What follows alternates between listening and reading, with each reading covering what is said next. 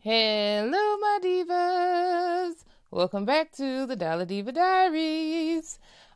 So today we're doing a cash stuffing video. But as promised, I do have to give a shout out to the person who guessed the closest for my last cash stuffing video, and that person is, drumroll please, Miss Penny 05. Oh, 05. I'm sorry. Miss Penny 05. I put up her YouTube channel up here. She guessed 3,800 in the last video. In the last video, I can't remember exactly what it was, but I remember it was over 4,000. So she was the closest and gets a shout out. So go check out her page, and I'm also going to add a link directly to her channel in the description down below. So go ahead and check her out. And as promised, I'm going to continue with that trend. If you guess the closest amount of how much I'll be stuffing, I will actually go ahead and give you a shout out as well in the next video. So while I am getting all of my stuff together, I am going to do a very quick story time. As quick as I can, y'all. As quick as I can. So first of all, I went to my first traditional Nigerian wedding. Whoop whoop. I'll include some pictures here. And I got a custom dress made for the wedding. So one of my close friends from college got married, and both he and his now wife are both Nigerian. So they did a 2-day wedding. The first day was the traditional Nigerian wedding, and the second day was what I guess Americans would normally see as their wedding, like the white dress ceremony.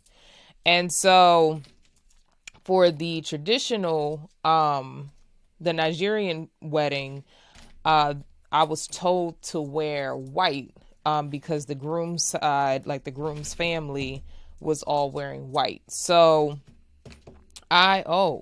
Miss Piggy is filling up, y'all. I don't know if I can fit everything in here. She is to the top. So we're definitely going to have to empty her out. But anyway, back to the story. So so I decided that I wanted to get a custom made dress because I don't know how familiar you guys are with traditional Nigerian weddings, but they dress to the nines. There is no concern about upstaging the wife the bride, because that's impossible. And the better you dress, the more celebrated you are. So if you can't tell from my personality, I am extremely extra, and I take every opportunity I can to go ahead and be extra. So I decided to take the opportunity. So basically, long story short, I decide after Ashley's wedding. So if you guys recall, Ashley's wedding was the end of April, literally the last weekend of April. So the first week of May, I reached out to this girl who I went to Penn State with, and decided to hire her as my designer. The reason being, one, we were friends. Two, she has worked with celebrities, and she's been, her work's been seen on TV. I don't want to name any of the people because I'm never booking her again, nor will I ever recommend her to anyone in the future. But I just want to preface this so that you guys know why I was so comfortable giving her my coin and working with her.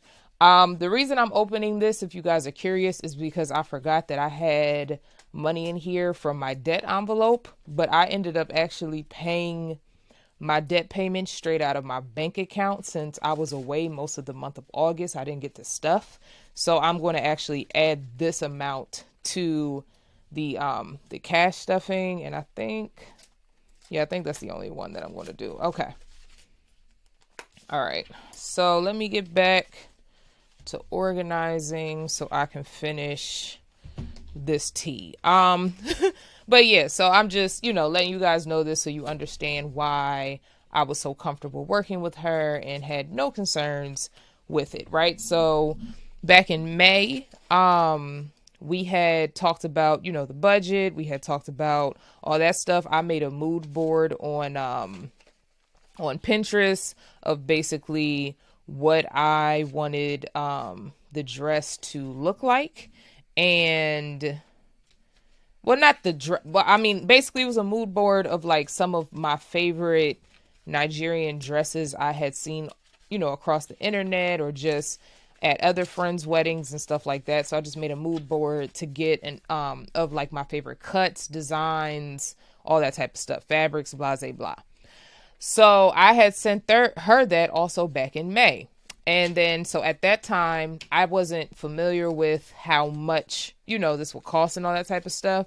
So she told me that basically, at minimum, she could do me and my boyfriend's outfit for I think it was like 800 to 900. So I was like, oh, okay, cool, whatever. Again, trusted her, as you guys saw in my cash stuffing videos. If you've been keeping up, I was saving up for it, saved up for it in cash. It was all great, or at least it was supposed to be great. So, long story short, fast forward to July, between the first week of May all the way to July, and something I forgot to mention earlier in the story is that the wedding was August 9th, but I went up August 8th. So I was hoping to have this dress done by June or the first or second week in July at the latest, just in case anything went wrong. I could get it fixed, blah, blah, blah, blah. Well, you guys, July came, and I think it was the second to last week in July, I sent her a message because I had received no updates. I had received nothing on like next steps. She claimed that she was supposed to be sending me like her version of a mood board where she would like pick out, basically send me like the design that she wants to do and kind of like what patterns and fabrics she would use for both me and his outfits, blah, blah, blah, blah. Didn't get that. Literally haven't heard from her really or talked to her since May. Now, no, I'm not saying that we haven't communicated. I just haven't gotten any updates. I was following up with her, reaching out to her and stuff like that. And then she would occasionally, however, there was no movement. So finally, she sends me her mood board of our outfits. And this is now the last week of July. I wasn't a fan of the design she picked out for my dress. So I asked her, can we go a different direction? And I kind of was like, I like some of the dresses that I put in my mood board, and then instead of waiting for her to pull that up, I just screenshotted like my favorite cut and kind of sent it to her. She said it was feasible. Great. She has me pick out like fabric, whatever. Great. Fast forward, now we're at July, I think 31st, and she asked me something about the fabric. I can't remember because I wanted the fabric to fall a certain way. And so she was saying something about the fabric. And then I had said to her, I was like, okay, yeah, I'm just trusting your judgment on this as long as it's within my budget because I can't afford to go over my budget. And she goes, oh, what is your budget? And I'm sitting here like, you can't be serious. This is the first thing we agreed on. And if you go through our messages, because we haven't communicated that much, it's clearly stated 2 to 3 times. I think it was more than that, but it definitely was at least 2 to 3 times. And so I responded, I said 800 to 900 max. So every fabric she had shown me was out of my budget. Can't make this up, y'all. Every fabric she showed me was out of my budget. So now I have to wait for her to go back to the fabric store to see if she can find a different fabric that will give a similar design to what I'm, looking for, that's within my budget. And then she also had to change the fabric that she was using for his outfit because it was also out of budget. Great. So fast forward now, I sent her another picture of a dress that's similar to the original dress I sent her, but the fabric looked like, it fell similarly to what I wanted, but it wasn't as expensive. So I was asking her if this was feasible. So she was like, oh yeah, this is great. Sends me some options. We pick it, boom, bet, right? Oh my goodness, y'all. Fast forward. Keep in mind, I need this dress by August 7th. Really, really, I needed it way before that, but need this dress by August 7th. We're now at August 3rd. Figure out the payment situation. I was having issues with Zelle. I hate Zelle. They're familiar with this. I don't recommend Zelle. I'm never using Zelle again. Zelle literally froze my $450 deposit for this dress because I couldn't confirm a code they sent to a number that they refused to take off of my account, and wasted my time. That's a story for another day. We're not going to go down that route. I am really annoyed with Zelle. I'm done with them. So fast forward, we finally figure out a way for me to pay her deposit, and then I told her I was going to give her the rest in cash. She tells me, oh, you can come Monday. We're in the week of the wedding. You can come Monday, but it's going to have to be after 8 p.m. Okay. Then she sends me her address. She lives over 2 hours from my house. So I have to drive 2 hours to get to her to pick up this dress, right? Now, we had, back in May when we talked about getting this dress done, she had asked me would I be able to come in for a fitting. Now, I don't know if you guys are familiar with fittings, but I've done a few because, as I've told you guys before, I've competed in pageants, I've done modeling gigs, I've gotten custom stuff made before, so I'm familiar with fittings. Fittings, you're supposed to go to the fitting, everything is done, they put it on you, they check to see if they need to take anything in, because usually they're going to make it slightly bigger because it's easier to take something in than to expand it out. They take those little bits in, and then you go off on your merry way. So a fitting at maximum should be an hour. And that's even a long fitting, be honest. But man, I'll give it even 2 hours. I'll even give it 2 hours maximum, right? So keep in mind, I'm supposed to be at a fitting. I arrive to her house at 8:30 p.m. and y'all, nothing was done. Nothing at all was done. I think the skirt was the most done, but I did not end up leaving her house with the dress until I think 1 or 2 o'clock in the morning, and I got home around 4 or 5 o'clock in the morning. Right. So, yeah, that happened. I was too tired to notice some of the details that were messed up on the dress. So luckily I'm blessed that my mom is an amazing, she sews. She doesn't identify as a seamstress, but I feel like she should, because she knows how to do like alteration. She makes her own bags and like she knows how to make stuff, but she just doesn't identify as one, so that's fine. But anyway, I knew that I was going to have to get some alterations. I didn't know the extent of how many alterations I was going to have to get. So when my mom and I put the dress on the next day, we realized that this is going to be a lot of work, and we have to go on Amazon and order some stuff because we can't get it at like the fabric store, and hope that it comes in the next day so we can work on it the next day, because it was that much stuff that was messed up. Like the stuff was falling off of me. The mesh was not correct. The back of the dress was wide open. So it was just fabric just out and about, just trying to figure out what it's supposed to do that day. The corset was crooked. The skirt was not properly attached to the corset.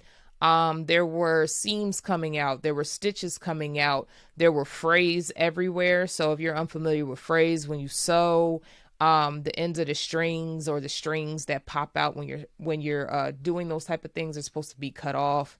Frays everywhere. You could literally see loose threads throughout the whole dress.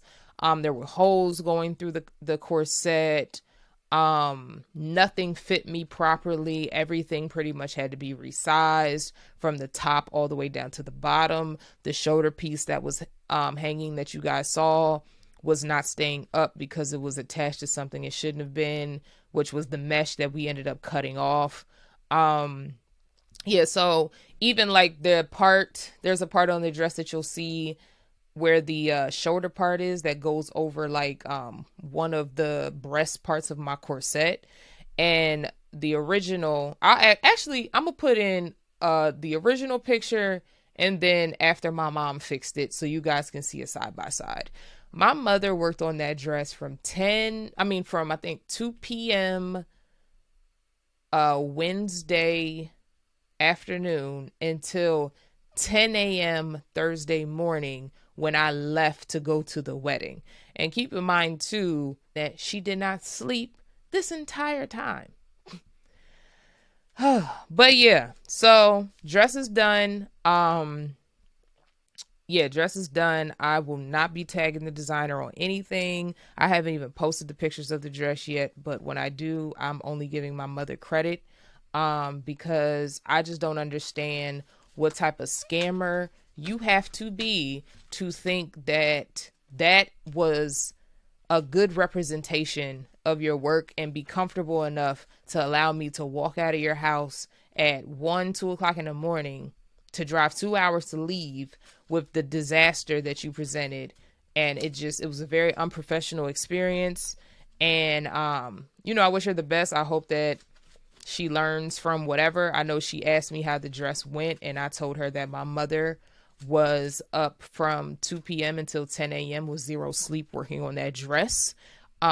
She asked me what all did my mom have to do. I didn't get a chance to get back to her because the list was so long. I didn't even give you guys the whole list just now, to be honest. I was just going over the main points, but it was a lot of stuff that needed to be worked on. But yeah, so I'm actually going to, you know what? I think I'm going to just do this video as a story time, and because it's kind of long, and then we'll do a separate video where I'll start cash stuffing because the money is cleaned up now.